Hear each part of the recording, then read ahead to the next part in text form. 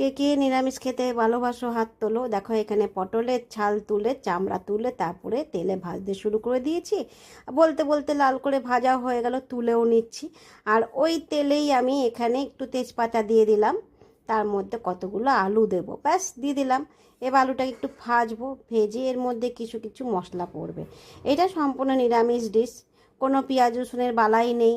এই দেখো টমেটো দিয়ে দিলাম, তার মধ্যে দেখো হলুদ আছে, গোলমরিচের গুঁড়ো আছে, লঙ্কার গুঁড়ো আছে, নুন আছে, সব দিয়ে দিলাম, অ্যাড করে দিলাম আলুর সঙ্গে।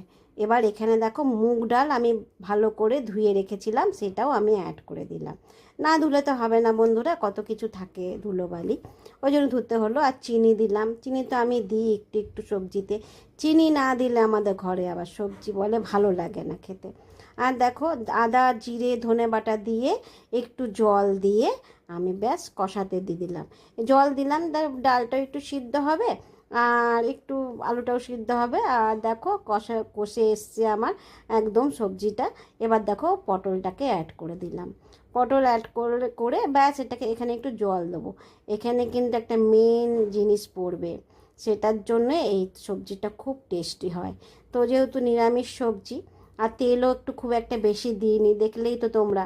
যে তেলে পটল ভাজলাম, দেখো হিং দিলাম এখানে, এটাই হলো মেন জিনিস। হিং না দিলে এই সবজিটা ভালো লাগে না, হিং দিলে দারুণ লাগে খেতে। আর তোমাদের বলেইছি পটলের তরকারিতে একটু হিং দিলে ভালো লাগে। আর দেখো আমার রান্না রেডি। সাবস্ক্রাইব করতে ভুলো না বন্ধুরা, তোমরা অবশ্যই করে খাবে। টাটা।